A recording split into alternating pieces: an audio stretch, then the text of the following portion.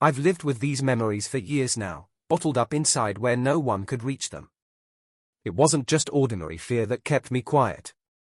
It was something deeper, this constant dread that speaking up would make everything spiral out of control. People used to ask why I seemed so distant all the time. Down the pub, at family gatherings, even at work. I'd just brush them off, say I was knackered from the long shifts or blame it on the tube being a nightmare that morning. Anything to avoid the truth that was eating away at me. It wasn't one massive incident that I could point to and say, right, that's when everything went wrong. Instead, it was these small moments, scattered across months and years, that slowly built up into something I couldn't ignore anymore. I knew deep down it wasn't normal, even though it was all happening in the most ordinary places you could imagine. That's what made it so hard to process, really. These weren't dark alleys in Whitechapel or dodgy estates in Peckham. These were nice houses in Islington, flats in Clapham, terraced homes in Wandsworth. Clean windows, well-kept gardens, the kind of places where you'd expect nothing worse than a noisy neighbor or a parking dispute. I spent months trying to convince myself I was reading too much into things. Maybe I was just being paranoid, my mind connecting dots that weren't really there. I'd lie awake in my flat in Bethnal Green, listening to the night buses rumble past, telling myself to let it go. But some things don't fade, do they? They sit there in your head, waiting patiently for the moment when you finally stop running from them. I'd be sitting on the Northern Line, surrounded by commuters, and suddenly I'd remember something. A detail I'd pushed away. A moment I'd tried to forget. My mates noticed something was off. Down at the Crown on a Friday night, I'd be nursing a pint, barely listening to the conversation. They'd ask if I was all right, and I'd nod, force a smile, change the subject to the football. But I wasn't all right. Not even close. The weight of it all was becoming unbearable. Every time I walked past certain streets, my stomach would tighten. Every time I saw a particular type of house, the memories would flood back. I was living in the same city as always, but it had become a different place entirely. I started taking different routes home, avoiding areas that triggered those feelings. It was exhausting, constantly mapping out my day to dodge the ghosts of what I'd seen. London's a big city, but it started feeling suffocatingly small. The hardest part was knowing that if I told anyone, they'd probably think I'd lost the plot. Because from the outside, everything looked perfectly fine. That's what made it so insidious. The first time I walked into that house in Hampstead, nothing struck me as unusual.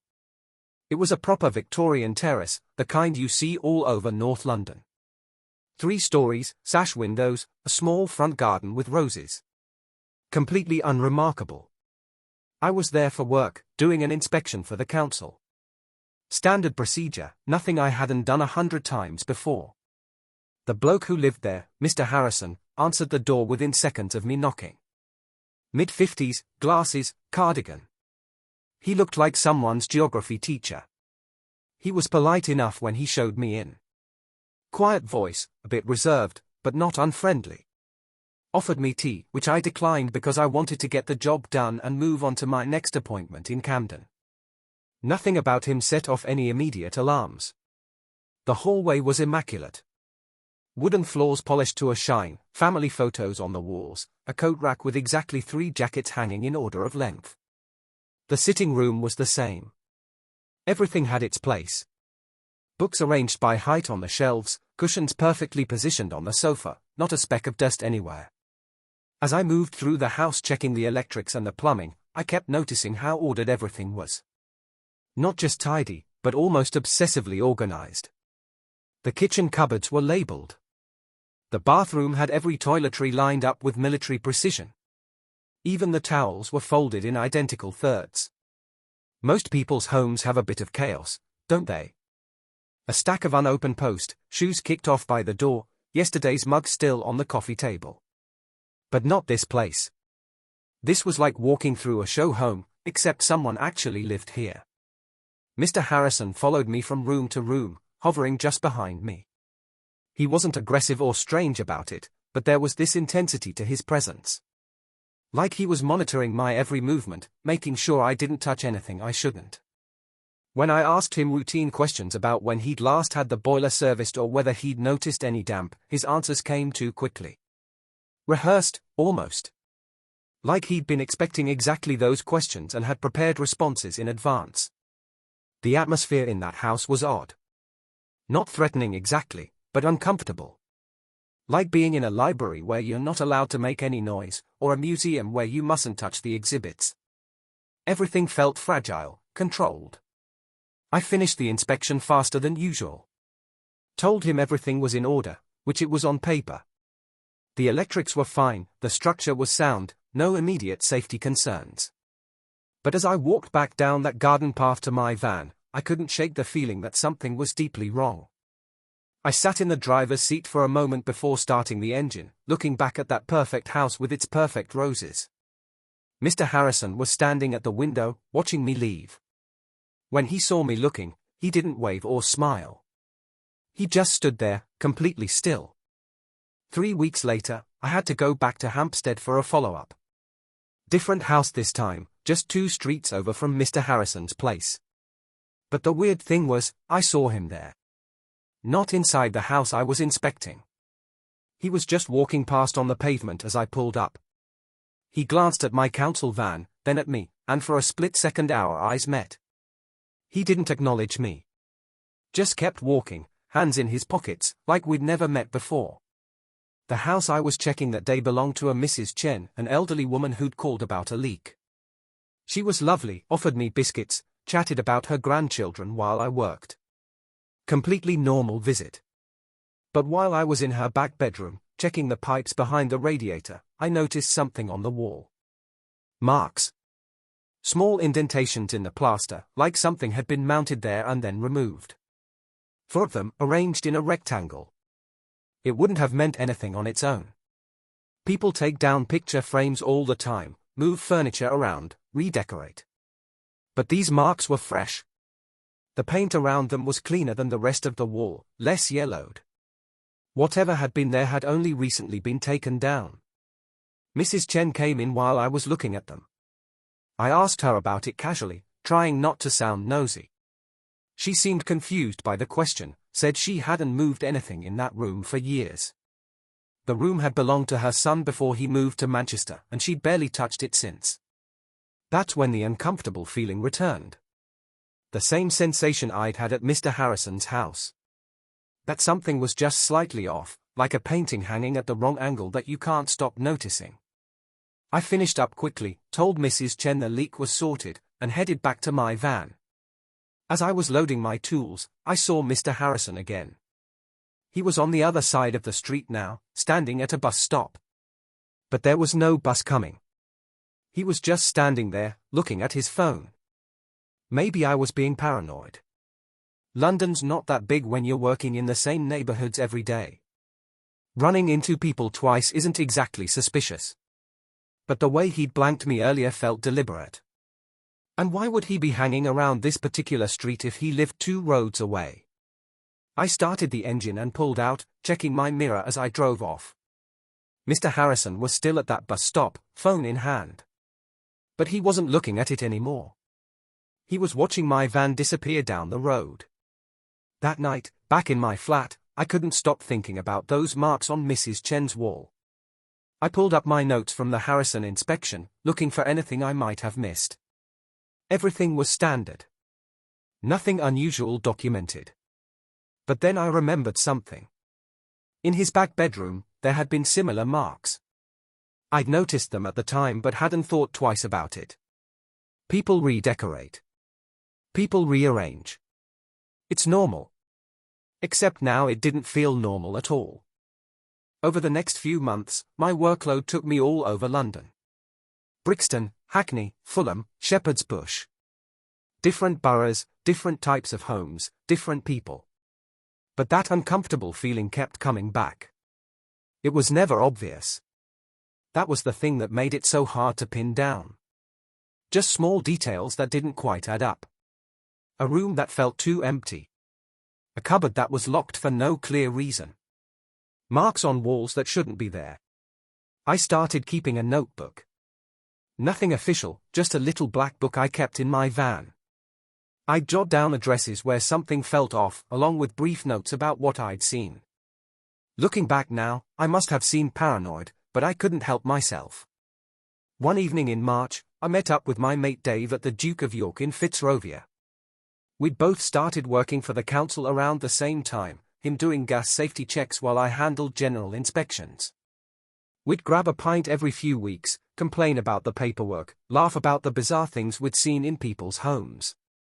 That night though, the conversation took a different turn. Dave seemed distracted, nursing his Guinness and staring at the table. When I asked what was wrong, he hesitated. Then he told me about a house in Kentish Town he'd visited the week before. The setup was similar to what I'd experienced. Everything too perfect, too controlled. A middle-aged man living alone, polite but intense. And those same marks on the wall in one of the bedrooms. Dave had noticed them because they were right next to the boiler he was checking. I felt my stomach drop. I pulled out my notebook and showed him my entries. His face went pale as he read through them. We sat there in that crowded pub, people laughing and chatting all around us, and realized we'd both been seeing the same pattern. We started comparing notes properly. It turned out Dave had flagged at least 4 properties with similar characteristics. When we mapped them out on my phone, they were scattered across North and East London. No obvious geographical pattern, but definitely a pattern nonetheless. The men were always similar.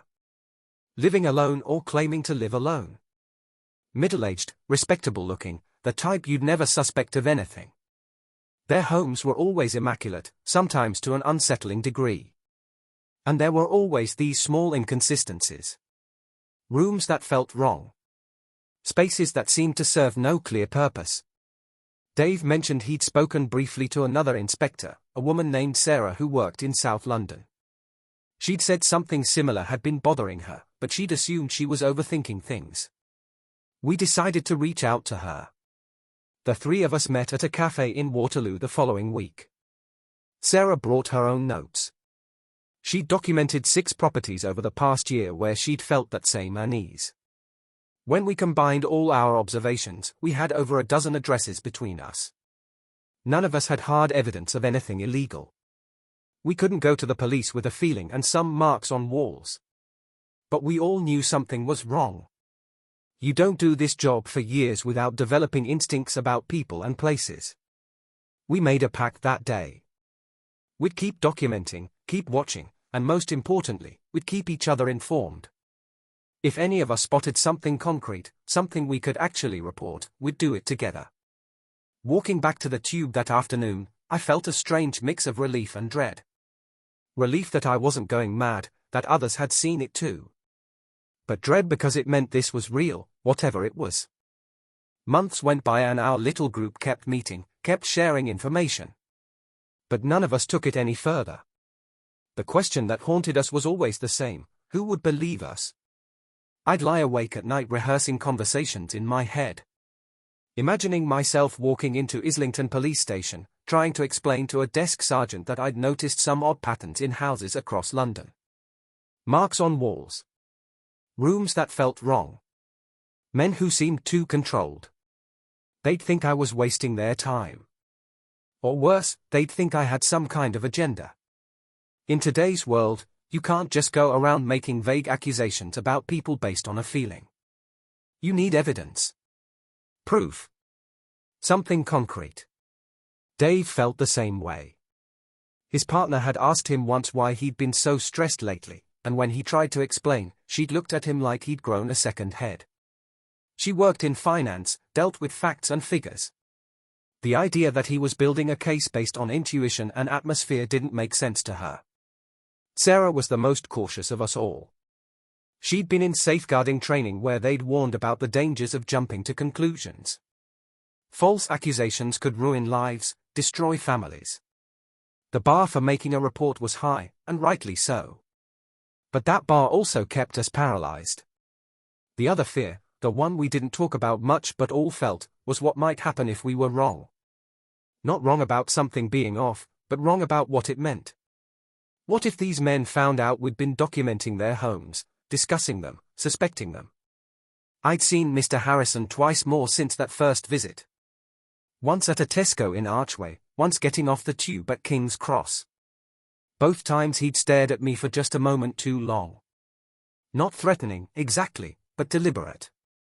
Like he wanted me to know he'd seen me too. It made me nervous in a way I couldn't quite articulate. These were ordinary people with ordinary lives. They had jobs, probably families somewhere, definitely rights. Who was I to disrupt that based on marks on walls and an uncomfortable feeling?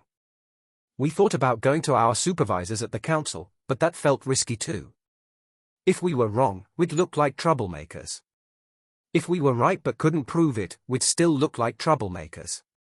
Either way, our jobs could be at risk. The paralysis was maddening. Every time I went to a new property, I was hyper-aware, looking for signs, making mental notes. But then I'd get back to my van and do nothing with the information. Just add it to my notebook and drive to the next appointment.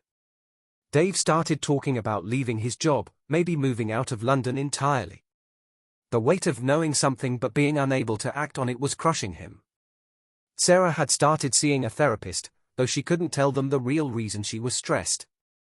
I kept thinking about all the training we'd had over the years. Safeguarding, duty of care, reporting procedures. But none of it covered this grey area where you suspect something is deeply wrong but can't point to a specific crime or victim. Sometimes I'd walk past schools at home time, watching parents collect their children, and I'd wonder. Were any of these kids going home to houses like the ones I'd seen? Was my silence protecting something terrible? But then I'd remember that I had no evidence. Just feelings. Just patterns. Just fear. And in the absence of proof, speaking up felt more dangerous than staying quiet. Everything changed on a Tuesday morning in September. I was scheduled to inspect a flat in Stoke Newington, routine electrical check for a rental property. The landlord had given me the keys and told me the place was empty between tenants. When I let myself in, the flat was indeed empty. Completely bare. No furniture, no belongings, nothing. Just pale rectangles on the walls where pictures had hung and dust outlines where furniture had stood. I was in the back bedroom, checking the sockets, when I noticed the carpet near the radiator was loose. Not obviously so, but enough that it caught my attention. I knelt down to look closer and realized it had been cut and then pressed back into place. I shouldn't have lifted it. I know that now. But something made me pull back that corner of carpet. Underneath, carved into the floorboards, were names. Children's names. At least a dozen of them, scratched into the wood like a tally. My hands were shaking as I took photos. This was it. This was the concrete evidence we'd been waiting for. Proof that something terrible had been happening in these unremarkable London homes. I called Dave immediately, then Sarah. Within an hour, we were at Stoke Newington police station. This time I didn't rehearse what to say. I just showed them the photos and gave them the address. What followed was the most intense fortnight of my life. Police investigations, interviews, our notebooks being analysed. It turned out that flat was linked to a network that had been operating across London for years. The names carved in that floor matched missing persons reports going back over a decade. Mr. Harrison was arrested at his Hampstead home. So were 3 other men whose properties I'd visited.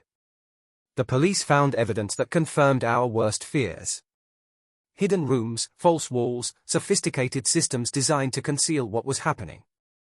It made national news. The story of how 3 council workers had noticed patterns that eventually helped break open a major case. We were called heroes, though none of us felt like it. We felt like we should have acted sooner. The children were found. Not all of them, and not all alive, but more than anyone had dared hope. Families were reunited. Some had been searching for years, never giving up hope that their kids would come home. Dave, Sarah, and I still meet for coffee sometimes, though we don't work for the council anymore. The publicity made normal inspections impossible. But we've all found ways to use what we learned. Dave works with a safeguarding charity now. Sarah trains social workers. I give talks to public sector workers about trusting their instincts. The guilt hasn't gone away. I still wonder about those months when we knew something was wrong but did nothing. How many children might have been saved if we'd spoken up sooner? But I also understand now why we hesitated. The system isn't designed for people who notice patterns. It's designed for people who find evidence. I'm telling this story now because I want others to know that their instincts matter.